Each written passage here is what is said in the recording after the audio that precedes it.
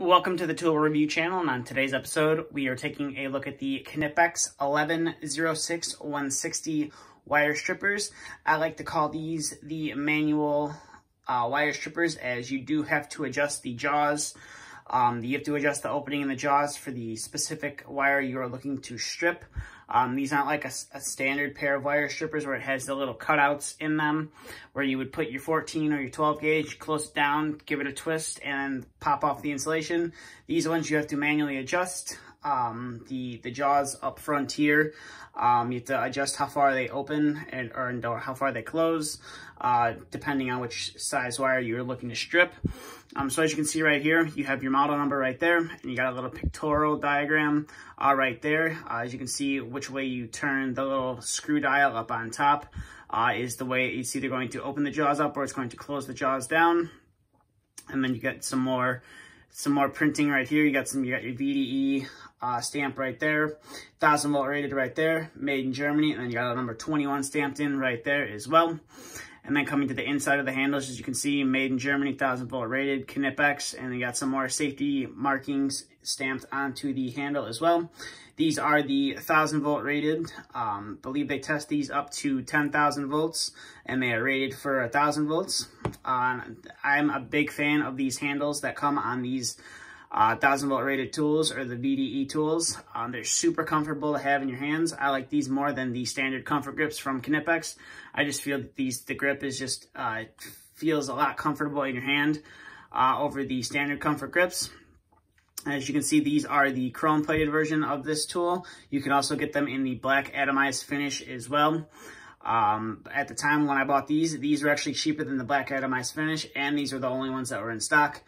So I went ahead and picked these up just to see how the chrome finish looked, and I actually do pretty much like the chrome finish on these pliers as well. It is relatively nice. And as you can see right here, you got Knipex. It's kind of hard to see with the light, but you have Knipex 11160 in Germany, laser etched onto the surface as well. And then coming to this side, it's relatively plain. You got your rivet right there, and then you have your barcode right there. Now, I currently have these adjusted for 14 gauge. So as you can see, that's how much the jaws are open, just barely enough to see a little bit of light come through. And you just clip it onto the wire.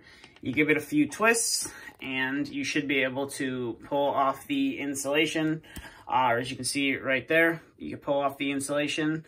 You do got to use a little bit of force to pull off the insulation from the wire. But it does work fairly well, especially if the wire is in like a recessed area, or it's in a box or a junction box, and you can't exactly get a standard pair of wire strippers in there. You know, you can get these in there, clamp around the wire, give it a few turns, and then you should be able to pull off the insulation no problem. So that was the 14 gauge stranded wire. So I'll put that off to the side, and then we'll bring in some 12 gauge wire. Right here, 12 gauge stranded wire as well. So now we need to open up the jaws a little bit. So we will turn it just a little bit to the one side, which opens up the jaws.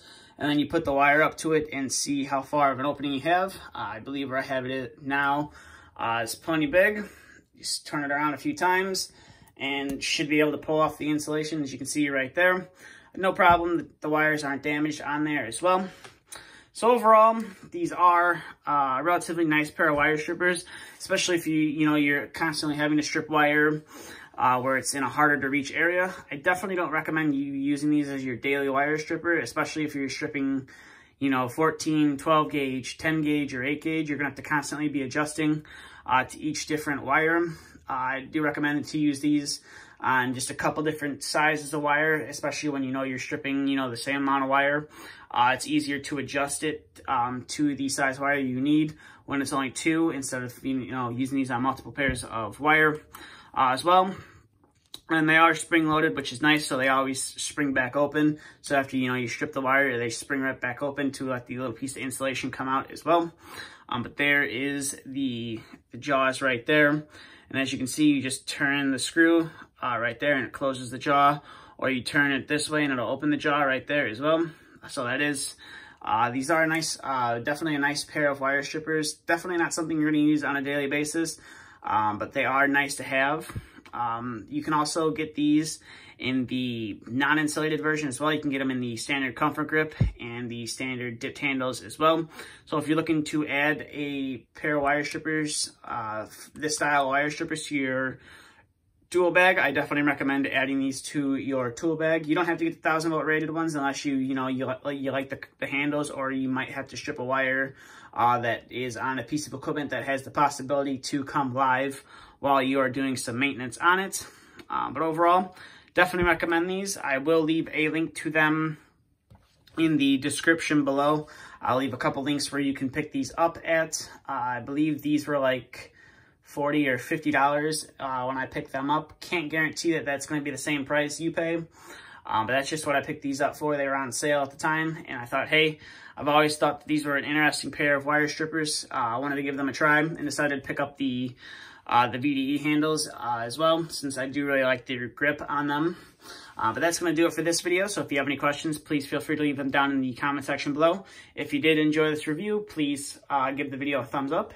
And if you are new to the channel and you want to see some more content like this, please hit the subscribe button. I try to get a video out once a week.